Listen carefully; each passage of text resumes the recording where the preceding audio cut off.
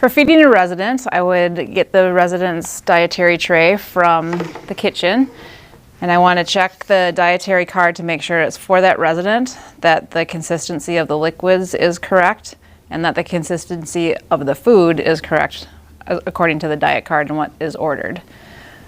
I would sanitize my hands before I get their meal. If they are eating in the room, I would knock on the door. Good morning, Lee. I'm here with your breakfast. Are you ready to eat? I can set that on his tray table and wash my hands again. I also have utensils for him. I'm just going to pull the curtain so you have some privacy. Okay, I'm going to sit your bed up, so it's the head of your bed up, so it's a little easier for you to eat. So I want to make sure that they're at least 75 degrees or higher.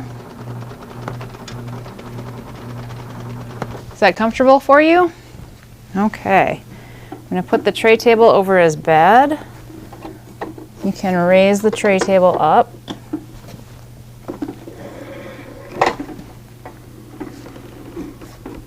Okay, I'm going to get a clothing protector on so we don't get anything dirty.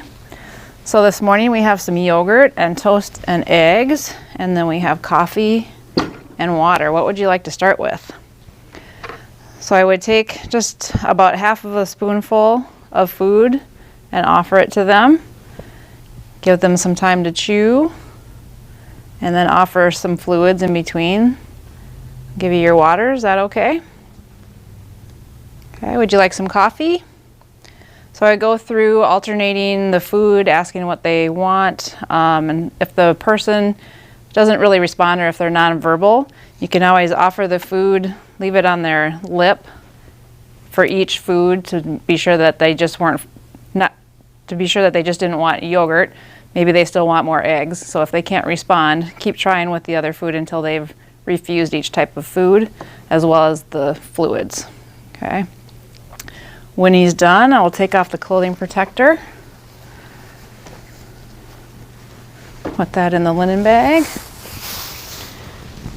And then I'll look at the meal and document how many ounces that he drank and convert that into cc's, and then look at the percentage of food that he ate and document that as well.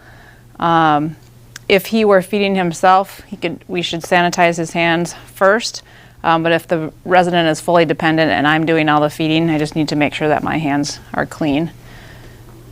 It's important that I don't touch any part of the food, so if he did have something, if I needed to hold the toast for him, I would have to have a glove on.